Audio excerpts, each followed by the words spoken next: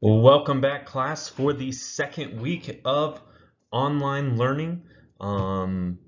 Today, we are going to start talking about elements and isotopes. Last week, if you watched through the videos, we talked about the history of the atom. We will be moving on to elements and isotopes and how that relates to atoms and that sort of thing. And we'll start probably this week also talking about the periodic table at some point. But before we get into it, I got a couple of notes. Okay, so first of all, there is a huge learning curve with this whole online thing. Okay, I don't want you guys to stress about due dates and all of that right now. Okay, we'll get there eventually. Okay, but right now I need you just interacting with the content, trying to turn things in appropriately, that sort of thing. I'm not too worried about the timeline yet, because obviously this is all so new to all of us. We don't know how it's going to look. We don't know how long we're going to be doing this for the foreseeable future. Obviously, we will be if it's for the rest of the year, whatever. But as long as you are trying, okay, that's all I can ask for right now. Okay, so a couple specifics. I've gotten a lot of questions about where videos are being posted. Okay, videos are always going to be posted in the channels with the appropriate date. So for example, this video is being uploaded to you on the 30th. So it's going to be in the March 30th channel.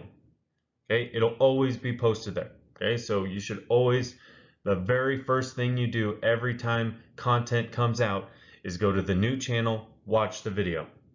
Hands down. Okay, you shouldn't do the video check first. You shouldn't do any of the assignments first. Okay, simply go to the video in that channel first, watch it. Now, if you want to circumnavigate that, okay, it's always going to be on my YouTube channel. Okay, so you can just simply go to YouTube and look up my channel, and it'll be in the physical science online learning folder that way too. Okay, so if you don't want to mess with Teams and trying to navigate through that, it'll always be up on my YouTube. Okay, make sure also when you're watching those videos, I highly recommend that you take notes. Okay, you do not want to be referring back and forth always to the video. It'd be a lot easier if you just write some of the information and definitions down so that you don't have to go through that whole process. Let's see, I've also been getting a lot of questions that can simply be answered during office hours. As of right now, out of all of my physical science students, that's 21 of you, 0 have showed up for office hours. Okay, I've had 2 earth science kids show up, and that's over the course of 3 hours. Okay, I've had office hours on last Wednesday, last Thursday, and last Friday, each for an hour long, and 2 students have shown up. Okay, I'll let you know that one of the students showed up each time, and on Wednesday we finished all of his stuff for the first block of assignments, and the next one he showed up, we got all those assignments for the second block done in like 20 minutes. Hey, just finished it right there. Hey, I can share my screen with you and literally go question through question and help you through certain assignments. Okay, just saying, they're there. Okay, the next one, okay, so Mondays are the day that I don't have office hours, so it's going to be on Tuesdays and Thursdays. It's the morning ones, 8:30 to 9:30, and then Wednesday and Friday are the afternoon ones from 2 to 3. Okay, so also we got an update about grading. Grading is going to start going into Infinite Campus as it normally does. Okay, so you'll get grades for your assignments. They'll go from Teams, and then I'll carry them over into Infinite Campus. So you need to make sure that you're up on top of those. Hey, if you do not turn things in, I have to put in them as a missing. Okay, that's just how it works. Okay, now, with that being said, I'm not going to be super strict on the lateness of them, okay, because if you, as of right now, as we're getting used to online learning and turning things in and how that's all going to work, okay, I understand that that's new and that's difficult for you. Okay, so for right now, just work on trying to get those in as soon as possible. Quizzes and tests will be coming up. Okay, so make sure that you are prepared for those. We will have quizzes, we will have tests. Now, obviously, I know, okay, that integrity is going to be a big thing. Okay, I encourage you to do your own work, because at the end of the day, if you don't know chemistry, that will show up in any future classes you take, and that will be on you. It won't, I mean, you'll know if you cheated your way through this class more than I will. Okay. Video checks. Okay, so after every video like this, there will be a video check. That's a form that's about 4 to 5 questions long, just about the content that I say during these videos. Okay, these are going to replace the binder checks that I was doing with that 5% of your grade, I think is what it is. I kind of forget what the grading breakdown is, but make sure that you know that those video checks are important and they are going in as a grade under the binder checks category. Last thing, I love that a lot of you are reaching out through email to get a hold of me. I'm trying to email you back as fast as possible to speed up the process. What I need from you is to be more specific about your questions. Okay, I cannot help you if you simply say, I don't know what to do. I don't know what that means. Okay, I don't know if that means you don't know how to submit an assignment. I don't know if you don't know where the video is. I don't know if you don't know the content. Okay, whatever it is, make sure you're specific. Okay, it just cuts out one more email that we have to write, because what I'm going to email back is, oh, what are you struggling with? Okay, and then you're going to have to explain to me where you're struggling. Okay, if you just explain to me right away what you're struggling with, then I can get right on it and answer your question. And again, like I said, a lot of those things you're struggling with, come into office hours. I'm sure I can explain it to you. Okay, that being said, we do need to get into content. So we need to start talking about elements and isotopes. All right, so let's begin. What is an element? Okay, so hopefully you guys have heard of the periodic table of elements. Okay, so it's the things that make up our world. Okay, so the element is a pure substance. Okay, it cannot be broken down into simpler substances. Okay, so meaning that like an atom of hydrogen cannot be broken down into an atom of something else. Okay, it's just hydrogen. It is what it is. Okay, it's made up of atoms of the same type, so oxygen atoms make up an oxygen element, nitrogen makes up nitrogen, and so on and so forth. On the periodic table, they are assembled in a very specific way, which we'll get into later. Okay, but hydrogen, helium, and all that stuff is all on the periodic table with specific symbols. All right, so that leads us to molecules and compounds. Okay, so once you take these elements and you put them together, okay, so for a molecule, 2 or more atoms bonded together, so for example, O2, okay, oxygen, is 2 oxygens connected together. N2, 2 nitrogens connected together. O3, okay, 3 oxygens connected together. Okay, those are molecules. Okay, molecules. Now, compounds are a little bit different. You have 2 or more different atoms bonded together. Okay, so a compound like water, H2O. Okay, we have different ones here. We have sodium chloride, NaCl. Okay, and all of these are what we have as compounds. Okay, 2 or more different atoms. Okay, so they have to be 2 or more different atoms. Okay, and so we have this kind of weird combination where, like you guys probably have heard of in geometry, where a square is a rectangle, but a rectangle is not a square.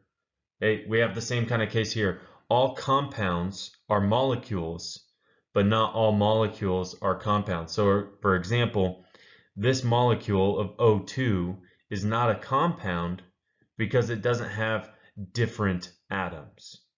Okay, it has 2 or more atoms, but they're not different. Okay, so it's just a molecule, whereas a compound has different elements in here. Okay, and like I said, these are all arranged in the periodic table of elements.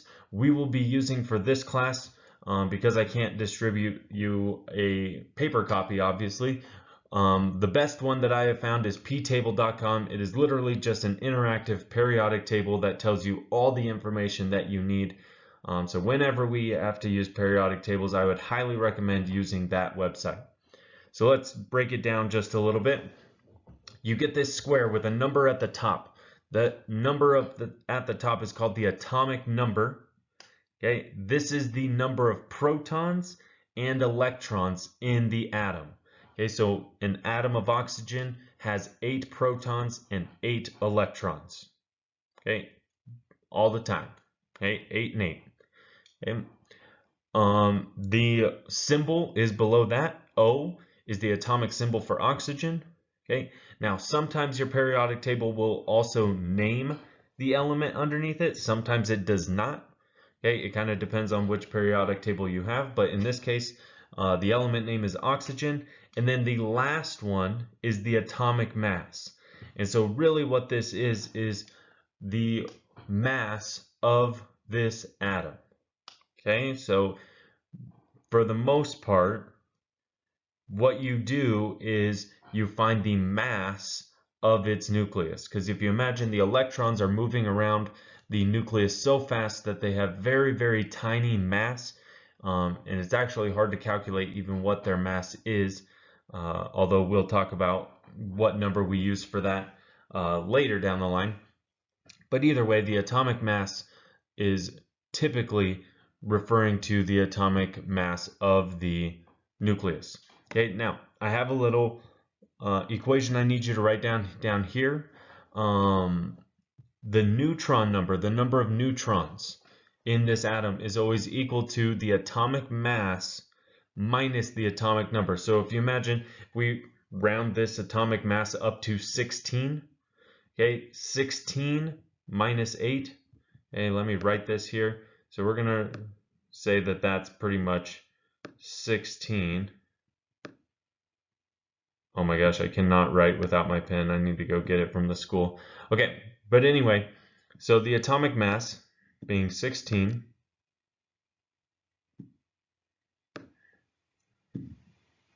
bear with me here.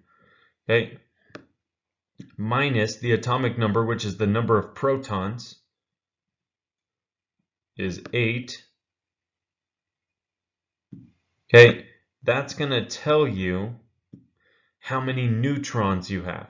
Okay, so then we do the math. 16 minus 8 is 8 as well. So I can effectively decide that in the nucleus of this atom that there are 8 protons and 8 neutrons. Remember that the nucleus is made up of protons and neutrons, with the electrons going around in those clouds that we talked about in the first video. All right, so I told you we were also going to talk about isotopes. So isotopes are very special cases of elements.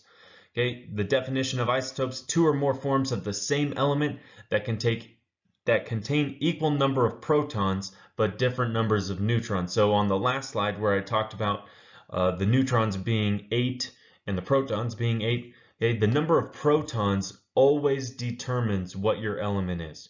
Okay, you cannot have so for example, oxygen has 8 protons. You can't have an oxygen atom have 7 protons, because that's now a new element. If that makes sense. Okay, so you can't change the number of protons around, but you can change the number of neutrons around. And remember that protons are my positive charges and neutrons are neutral. Okay, so they don't change the overall charge of my atom. Okay, so isotopes also differ in relative atomic mass as a result, because if I add a neutron, it's going to make my mass bigger. Okay, however, they do not differ in chemical properties, in particular a radioactive form of an element. Okay, so let's look at sodium here. So sodium has an atomic number of 11, meaning it has 11 protons and also 11 electrons. Okay, but sodium 23, okay, this number right here, let me underline it for you, if I can find my cursor. Okay, this number right here tells you how many protons and neutrons are in the nucleus. Okay, so in other words, the number of protons plus the number of neutrons has to equal these two numbers, the atomic mass, and when we name it with the atomic mass. Okay. The other thing I want to point out is this symbol over here. This is how we symbolize isotopes. Okay, so we have the atomic symbol here, Na for sodium. We have the atomic number down here, 11 for sodium, and then we'll have the atomic mass in the top, 23, telling us that we have 11 protons, and 23 is our mass number, meaning that we have 12 more neutrons. Okay, take the same exact element with 11 protons. Okay, because remember, protons determine what your element is. Okay, so no matter what, if I have 11, it's going to be sodium. Okay, but if it's sodium 24, okay, that must mean that I have 13 neutrons, because 11 plus 13 is going to get me to that 24 for the atomic mass number. And again, we write the symbol like this, with the 24 on top, 11 on bottom as the atomic number, and then Na as the symbol. Okay, so note that the number of electrons always equals the number of protons. Okay, so if I ever ask you that on the tests or quizzes or any of the assignments that we do, okay, if I have a proton number and I tell you that it's 11, you can automatically say that the electron number is 11 as well. Okay, I will let you know on quizzes, filling out tables like this is going to be a huge skill for you guys to learn. Okay, and it's going to be really difficult with me obviously not being there with you, helping you every single step of the way. Okay, so you need to reach out to me if you have trouble filling out tables like this. All right, so isotopes and average atomic mass. We're actually going to be doing a simulation on this. The simulation should work on your computers because it is an HTML. It's not a Java like the last one was, so I didn't have to make a video for this one. But if you have troubles, make sure that you reach out to me, and I'll show you what you need to be doing. But anyways, average atomic mass.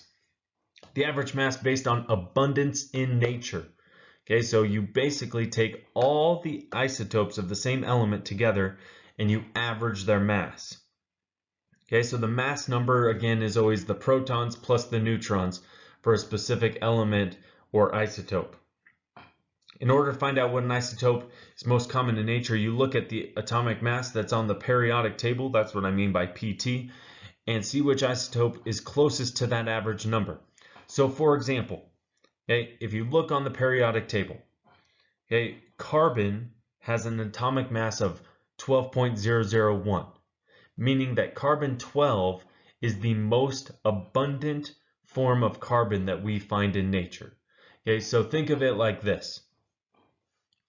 We have a bunch of carbon. We've got carbon 11s, carbon 12s, carbon 13s, and carbon 14s.